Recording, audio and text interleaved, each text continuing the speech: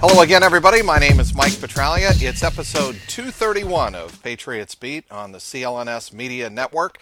That's www.clnsmedia.com. Follow us on Twitter at CLNS Media and on Facebook at facebook.com/CLNS Media. Speaking of clnsmedia.com, the all-new CLNS Media website has launched at clnsmedia.com. That is now the home of this podcast and over 40 other podcasts and vidcasts in the world of sports, finance, comedy, and lifestyles. We are so excited to have our show featured on the new CLNS Media website. Support our network by checking out this episode at clnsmedia.com. That is clnsmedia.com. I'm excited to welcome back one of my favorite reporters on the Patriots Beat, Doug Kyed of NESN.com. We had your colleague, your partner in crime, Zach Cox, on during the first playoff bye week. So how appropriate to have bookends during Super Bowl bye week. Doug, welcome back to the program. Thank you very much, Trags. Always a pleasure to talk to you. Yes, so how many questions are we going to get about Tom Brady, or how many questions is Tom Brady going to get about Giselle asking his good buddy Jay Feely to get him to retire during Super Bowl week and the 2 weeks leading up? We'll probably get a lot. And, you know, I was kind of thinking that this is a Super Bowl without controversy, without like an obvious storyline. So maybe that will be it. This will be an unpopular take around New England, but I really wouldn't blame Bill Belichick or Tom Brady if they did choose to retire, if they win a sixth Super Bowl this upcoming, in 2 weeks on Sunday against the Eagles. I just don't know what else they could possibly accomplish in the NFL after winning 6 Super Bowls, 3 and 4 years to start off their run, 3 and 4 years to end the run.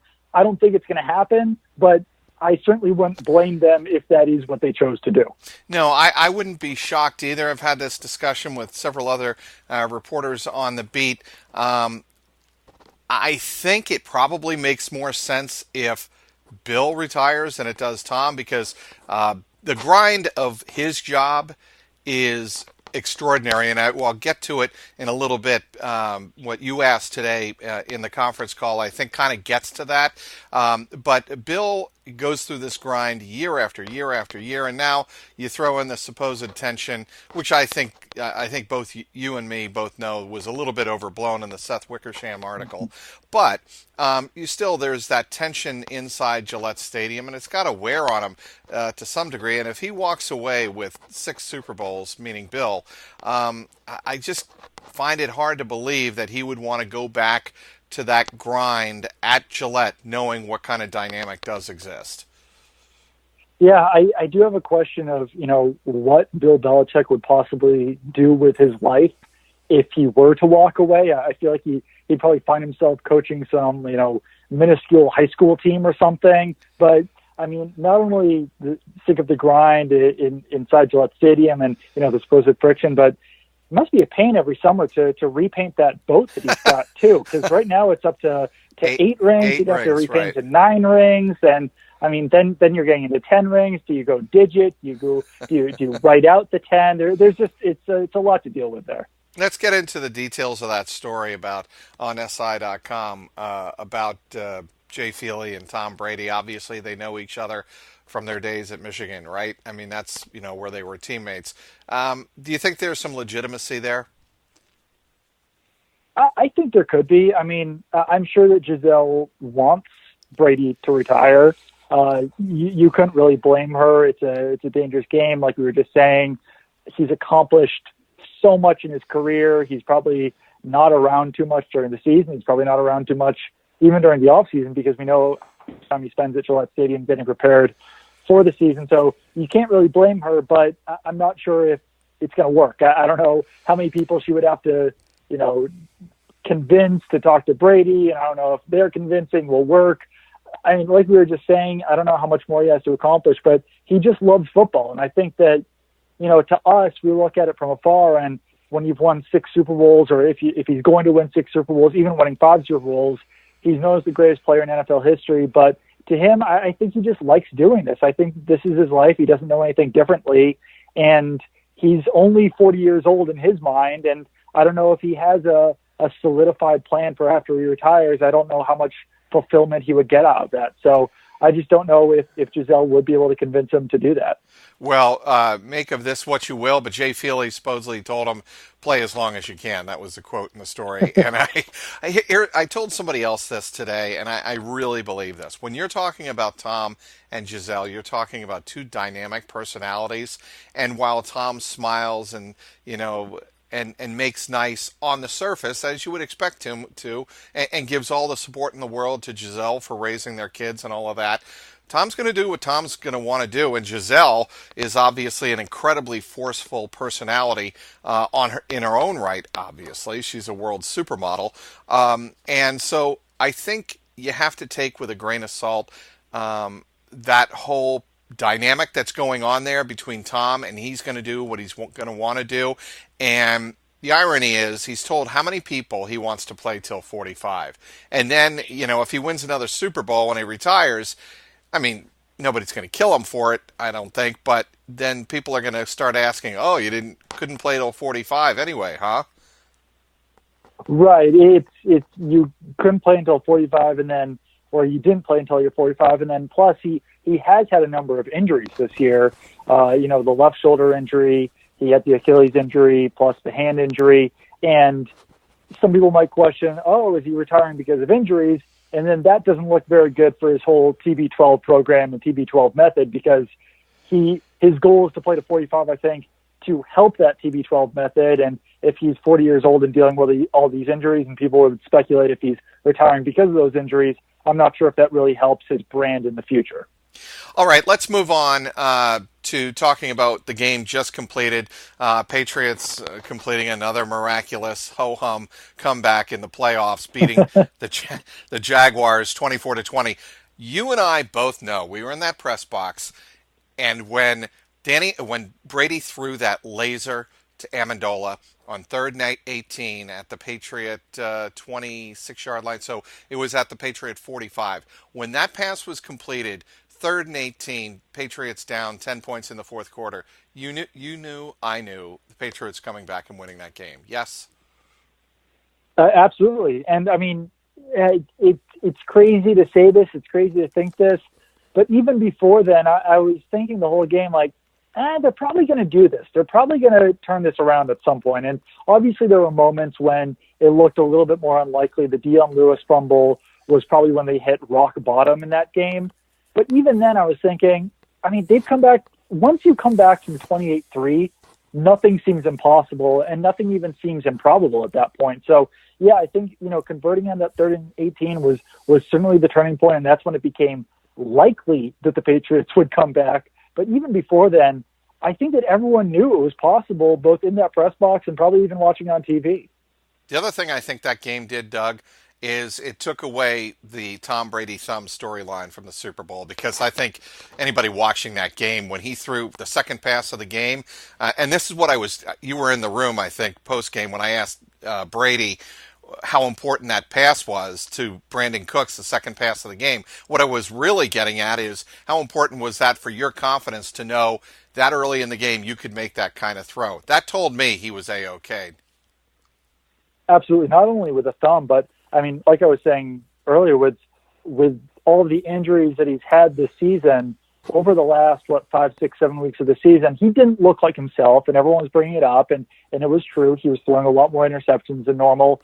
But over these last 2 games, he's been absolutely brilliant, thumb injury or not, and he's really having, one of his better playoff runs of his career right now, which is kind of amazing to think about and say after how he finished the season and the struggles that, they're struggles for him. They wouldn't be struggles for most quarterbacks, but he didn't look completely like himself. And through these 2 playoff games, thumb injury or not, he has 100% looked like himself. Danny Amendola, where does he rank in the clutchest players that the Patriots have had under the Brady-Belichick regime? I think maybe right below Julian Edelman, but you could make the argument, Doug, he's made as many, if not more, clutch plays over the last couple of years, including the playoffs and the Super Bowls, than anybody else. Yeah, he really has. I think that, he's moved past Kevin Falk, I think, on that list of clutch, especially in the playoffs. He's moved above Kevin Falk, and, he's probably even moved above Troy Brown, because Brown really didn't have the playoff production that Amendola has had. And yeah, it's really neck and neck with Edelman. I think that he is probably still number 2 just because Edelman's per game production in the playoffs and overall is higher. But I mean, when Tom Brady needs to make a clutch throw, he's absolutely looking Amendola's way, and it's been that way really since he came to this team. And it's funny, there's been a lot of a lot of talk about Amendola recently, and how when he did sign in 2013, there were some periods there where Patriots fans were not very happy with the signing. And he was considered a bit of a disappointment early in his career because he wasn't Wes Welker and he wasn't putting up the kind of production. And Julian Edelman had kind of become that Wes Welker guy, but all is completely forgiven at this point with Danny Amendola. He is, in Patriots lore, he is absolutely one of the most beloved players in their franchise history at this point. I ran a poll on Twitter asking who's the more beloved Patriot between Danny Amendola and Wes Welker, and half of the responses were, is this even a serious question? Saying bar none, it was Danny Amendola, and that's pretty crazy to think about since Wes Welker had 5 100-catch seasons, 5 1,000-yard seasons. Amendola has not had that kind of regular season production, but when you account for playoffs, he really, you can easily see why he is the more beloved player of the two. And this is going to be completely cynical, and I bet you know where I'm going with this. Danny Amendola never dropped a pass in the Super Bowl that cost him a Super Bowl, and that was a bad pass. Yeah, and that was a bad pass by Brady, or it was kind of a iffy pass behind Wes Welker. But if you ask the cynical Patriot fan, of course they're going to say Danny Amendola because he's come up clutch so many times, both in Super Bowl 49 and 51 last year in Houston, and so far in these playoffs. And the other thing about Danny Amendola, and I think it was Phil Perry asked this morning, of the significance of that punt return that was about 20 yards that got the Patriots to the 30-yard line of Jacksonville in the fourth quarter. That was a huge play. Yeah, it was massive. I mean, that got them to the 30-yard line, and after that, it was almost easy to score at that point, and not to get too far down this Wes Welker rabbit hole, but while we are talking, about why not? That's why we're here. there's kind of a whole era of Patriots players who will almost get forgotten because they didn't win Super Bowls, and I guess forgotten might be too strong of a word, but they just won't be nearly as beloved because Wes Welker is on that list. I think that Randy Moss is still beloved just because he's such a special player, but he obviously never won a Super Bowl. And the real one that you feel bad for is Logan Mankins, because he was drafted in the first round in 2005, the year after the Patriots won a Super Bowl. And he was traded in August or September of 2014, the year the Patriots won their next Super Bowl. So he had a fantastic run. He's probably the best offensive lineman of the Brady Belichick era, but he will largely be forgotten because he never was on a Super Bowl team. And you kind of have to feel bad for that guy, that he did miss that glory that he could have had. That is a tremendous point, Doug. Speaking with Doug Kyed, Patriots beat reporter for NESN.com. I have to tell you guys about my newest time-saving trick. I got my daughter's contact lens prescription renewed from my desk yesterday in just under 5 minutes using an awesome new app. It's called Simple Contacts. Simple Contacts lets you renew your prescription and reorder your brand of lenses from anywhere in just minutes through an online vision test. If you have an existing prescription, you can use that as well. It's designed by doctors, and every test is reviewed by a doctor, so they're literally bringing the doctor's office to your home. The contact lens prices are unbeatable. The vision test is only $20, and shipping is free. Best of all, my Patriots Beat listeners get $30 off their first Simple Contacts with the promo code CLNS. Try it for yourself and save $30 on your lenses by going to simplecontacts.com/CLNS or entering the code CLNS at checkout. You can do either one. Again, that's simplecontacts.com/CLNS or just enter the code CLNS at checkout. Speaking again with Patriots beat reporter for NESN.com, Doug Kyed. I want to talk about the Gronk factor. Patriots have lots of experience playing without Gronkowski. They won the Super Bowl last year without Gronk. It appears that the Patriots might have dodged a bullet after that Barry Church helmet-to-helmet hit late in the first half on that very important scoring drive to end the first half.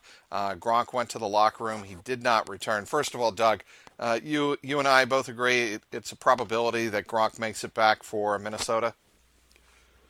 Yeah, absolutely. You know, concussions can sometimes be a little bit tough to predict, but with the bye week, with the 2 weeks, I do fully expect him to be back out there on the field.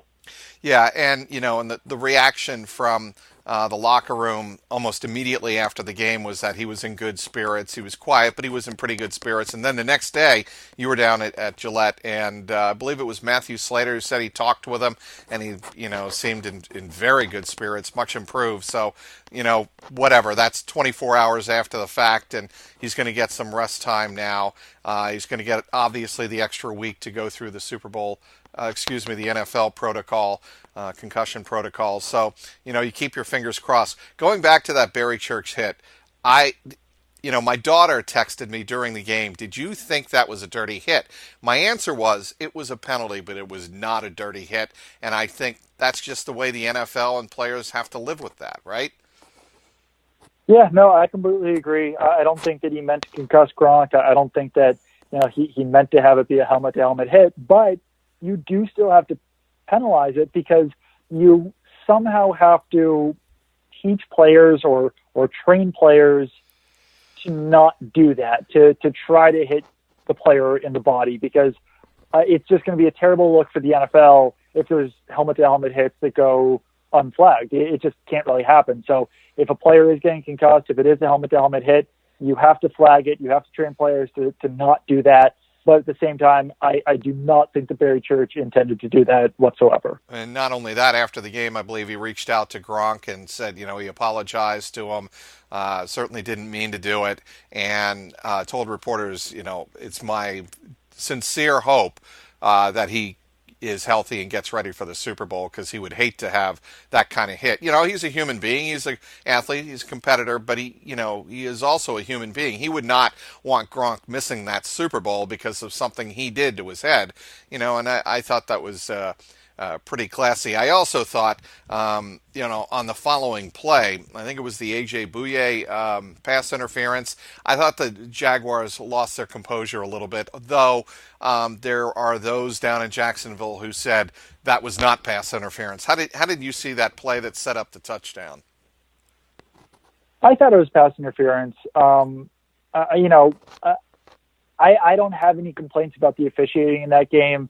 I do think that, if there is a case for the Jaguars to complain about the officiating at all, it's the fact that the Patriots were not penalized on offense or defense. I think, it's pretty tough to go an entire game without committing a single penalty. So if there's an argument to be made, if they're going to complain about anything, I would say it's going to be that. But at the same time, you're not looking at obvious plays that weren't flagged that the Patriots were committing out there on the field. I think that, it's much overblown over the last few weeks or whatever it's been since the Steelers game, the complaints about the Patriots benefiting off officiating. I don't think there's anything to that. I just think that the Patriots are a disciplined team who probably don't commit as many penalties as other teams. One of the great things about the Super Bowl is a lot of players who fly under the radar get really good national media attention. I think Trey Flowers will fall into that category, Doug, in the next week and a half or so, and it's certainly well-deserved. I would make the argument he's the most underrated defensive player in the National Football League for what he means to this defense. People would, certainly point, and rightfully so, to guys like Devin McCourty and Deron Harmon. But when you watch, and I'm sure you did very closely, the way Flowers played in that second half, the motor looked like he kicked it into a new gear, and he wasn't fatigued. If anything, he was wearing down the Jacksonville pass protection. I thought he had one of his best 30 minutes of football when the Patriots needed him the most on Sunday. Yeah, I think that one of the things that goes, pretty underrated or overlooked about Trey Flowers is just how good he is as a run defender. And that's not something that's going to show up on the stat sheet like sacks. And, he's not a double-digit sack guy, but he gets a ton of pressures, gets a lot of quarterback hits, gets a lot of hurries, and he makes a lot of, stops near or behind the line of scrimmage. And that's absolutely huge for this Patriots team. They were great against the run. And I think that, Trey Flowers was a big part of that. You don't want to run at his side of the field because he is so dominant in the run game. And I would say that, he's definitely up there as far as most underrated defenders in the NFL. And I would actually probably also put Patrick Chung in that mix as well. I know that name crossed my mind. Yeah, he still gets kind of a bad rap, I think, for how his career started in New England. But ever since he came back in 2014, he's just so versatile. There's few players in the NFL who can cover tight ends better than him. And any player who can go from linebacker to slot cornerback on a snap-to-snap basis is definitely a special player. So I'd throw him in the mix as well. And obviously, he will be a big storyline, I think, a natural one, in this next week as he spent that year in Philadelphia before coming back to the Patriots. And, what did you make of that 1 year that he spent away and spent in Philadelphia? It was certainly interesting. I mean, I thought that he was misused with the Patriots from 2009 to 2012. He was misused in Philadelphia in 2013 because he's so athletic. Coaches were trying to use him as a free safety, and it just didn't work. He's not that guy who can cover, the entire back end of the field. He's a guy who's great against the run. He's great as a pass rusher, and he's great in one-on-one coverage, basically against any kind of body type. And it took a number of years for an NFL coach, finally being Bill Belichick, to figure out how to properly use him in a defense. And I think that, that year in Philadelphia definitely helped him. It helped him recharge. It helped him kind of reset once he got back in New England, because Devin McCourty had emerged as a star free safety in the NFL. And that allowed Patrick Chung to kick down to strong safety, which is, it's an easier position to find a player who can make an impact, but it's tough to find a player like Chung who can do so many things well in the NFL. And, all eyes will be on him, not only because he did spend that year with the Eagles, but also because he'll probably be tasked to cover Zach Ertz against the Eagles. Right. And he's probably the Eagles' most special offensive player, I guess you might say, just because of the mismatch that he usually brings at tight end. But I think that Chung, with his physical play and his athleticism, is actually a pretty good matchup for Ertz.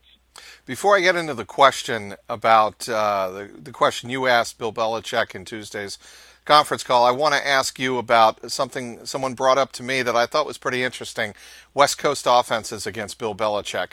Doug, they've been effective, and why do you think that is? I mean, do you think there's concern going into this Super Bowl because the Eagles have that type of style of offense? Doug Peterson obviously is their head coach. Do you think that presents some big time challenges? I think it definitely presents some challenges because there's clearly a reason why they've made it so far and why they've been able to keep up their offensive production with Carson Wentz out of that offense and with Nick Foles in there. I think that it's obviously an offense that works for that team, and it's something that they can kind of go through whatever players they have, and it's still going to be effective. So I'm not really sure why West Coast offenses are so effective against Belichick defenses, but I do think it is a bit of a concern in this game, and just the fact that I think that you can look at Nick Foles and say, oh, this should be easy for the Patriots, but they've been so explosive. And, I think that most people will probably say that the Vikings defense is better than the Patriots defense, and they were obviously able to move the ball incredibly well against Minnesota. So I think that will be quite a challenge for Belichick and Matt Patricia and that Patriots defense. All right, the question you asked Bill on Tuesday I thought was an interesting one because of the timing.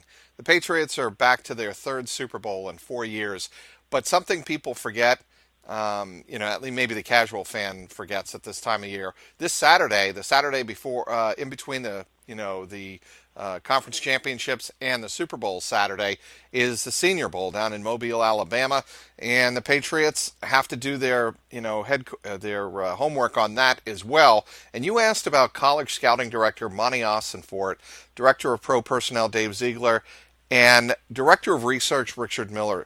The job those three guys have to do in terms of assimilating all of the information that is available to the front office, that they have to get ready for the NFL draft and the combine coming up, just like every other team who is not in the Super Bowl, right? Yeah, it's a really tough task for those guys who have to be down there, and they have to be paying attention to their own team, because obviously the Patriots expect a lot out of their scouts and their personnel directors. Not only doing their job in college scouting, but wearing a lot of hats. We see, Monty Ossenfort and some of the Patriots scouts at these games watching and looking for tells in the other team and doing their job. They're not only on the road scouting, they're also doing a lot of things for this team in other regards. So they definitely have to be wearing a ton of hats this time of year. And I think it is really tough for them. And I mean, a lot of credit goes out to those guys as well, just for how they've built up these teams year after year after year, because it's not easy when you're constantly picking, late in the first round, or recently the Patriots haven't had first round picks. They've traded for Brandon Cooks. They lost because of Deflategate. So they've had to build this roster off late round draft picks and undrafted guys. And I think that, you look around the roster, not only with Ossenfort, with guys like Dietrich Wise and Adam Butler who have stepped up, who are rookies this season, but also the job that Dave Ziegler has done on the pro personnel side, because he's the guy who's bringing in, players like Ricky Jean-Francois or, Johnson Batamosi or some of these other veteran guys who have really stepped up for the Patriots this season and made an impact, because he's the guy looking around the league and wondering if they can acquire this guy or that guy. And a lot of those guys have really made an impact for this team this year. Well, you know what I remember about Dave Ziegler, and correct me if I'm wrong, Doug. Remember the Do Your Job Part 2? And there was the interview, or there was the inside the war room before Super Bowl 51, and they were going over the scouting reports. Do you remember what Dave Ziegler said about Jake Matthews? Yes, that he could be overpowered to Eric Fisher, right? Yeah. I just thought it was fascinating, because that showed you that in addition to handling the incredible mountain of volume, as Belichick termed it to you in the conference call during this time of year, they have to have their focus also on the Philadelphia Eagles in this particular case, and down to every particular detail.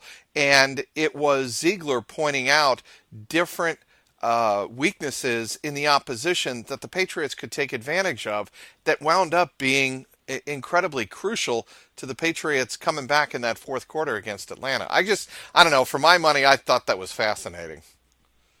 It really is. And I think that when you look at the job that, Monty Ossenfort and Dave Ziegler and Nick Caserio and the Patriots coaches do, that is a very large reason, or a very major reason, why the Patriots are so successful year after year after year.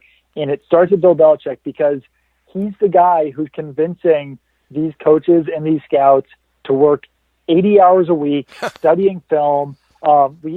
When you look at any interview with any, coaching assistant, scouting assistant, when they're breaking down games, they have to fill out 30 different columns on Excel for every single play. And it takes a very special person not only to do that job, but also to convince someone to do that job at a high level. And that's Bill Belichick. And I don't know if there's another coach in the NFL who can convince his staff to put in that type of, tedious work on a single play, and then put that over a single drive, over a single game, and then over an entire season. To do that amount of work and to do it in the time span that these guys have to do it, it's a very large reason for the Patriots' success. And it's the reason why, after Bill Belichick leaves, no matter who takes over that post as head coach, I don't know if they'll be able to continue this reign of success, because can a guy like Josh McDaniels convince his scouts to put in all of that tedious work? Maybe, but it sounds a lot better when it's coming from Bill Belichick, and it's a lot easier to convince someone to do that when you've won 8 Super Bowls with 2 different teams. So I think that, a lot of credit goes out to those guys, and a lot of credit goes out to Bill Belichick for convincing them to do it and convincing them to do it at a high level. Any reason, I believe I have this story right? Monty Ossenfort or the Patriots denied permission to the Texans to speak with him. I mean, they have since filled their GM spot, but any reason that they denied that? I'm not sure. I haven't got intel on that. I have a theory on that, and it's 100% off my head. It's a theory, and I wonder if Bill Belichick didn't want either Nick Caserio or Monty Ossenfort to go into a situation that they might regret. And that Texans GM situation is just a little bit messy because there was talk of friction between Bill O'Brien and Rick Smith. Right. And after the talks of friction, Rick Smith stepped down as general manager because, he had to take care of his wife. His wife has breast cancer. So he essentially took a leave of absence to leave that post as general manager. But he's still staying on as executive vice president of football operations. And the plan currently is for him to return to that post after he steps away for a year. So whoever gets hired as general manager of the Texans, sure, he's got the title of general manager, and he'll have the title of general manager moving forward, but the old GM is still in the building, and he's got a title that's higher than that of the general manager because he's the executive vice president of football operations. So I think it's a little bit of a messy situation for whoever, the guy who did get hired as general manager there to walk into. And I don't think that, Bill Belichick's always looking out for the best interests of the guys in his building, of Josh McDaniels, of Matt Patricia, of Caserio, Ossenfort, whoever's going to get hired away. And I wonder if he looked at that situation and said, that's not a good one to walk into. If you want to interview after the season, that's fine, but right. I'm not going to recommend you to take this. That's just a theory that I have, unfounded. Well, I don't know if it's true or not. I don't know if we'll ever find out, but that seems to make sense to me. Yeah, as good as any, Doug, and I would buy that 100% simply because I do think Bill Belichick looks out for those most loyal to him, and as you said very articulately and spelled it out in detail, to do the work and job that Belichick asks, it requires so much dedication. I think that's a way Belichick would repay them, by kind of protecting them. I would buy that theory 100%. When are you heading out to Minnesota? I am going on Monday. So Monday morning, I'll get there in time for media night and everything. Woo-hoo! And all the craziness of the whole week. Coming back the following Tuesday. So that, we can stay out there for the whole MVP ceremony and everything. So it'll be a fun week. It's going to be a long week. We're going to be, spending it at a mall, but it's going to be a good time. Yeah. I'm curious, the former site, of course, of Metropolitan Stadium, the Mall of America, and that will be fascinating. I will be joining you out there on the weekend. That would be Saturday, and, of course, this game on Sunday, and flying back Monday. So I'll miss the umpteenth Tom Brady Super Bowl MVP press conference on Monday. Who do you like, by the way? Give me a prediction. Patriots. I think that I'll say this is finally the Super Bowl that the Patriots win. That's not down to the wire. Maybe they'll win by a touchdown or so, but I do expect it to be, the annual now Tom Brady MVP ceremony the day after the Super Bowl. Well, ironically, it was the Patriots and Eagles in Super Bowl 39 that was probably the most comfortable ending for the Patriots of their 5 wins.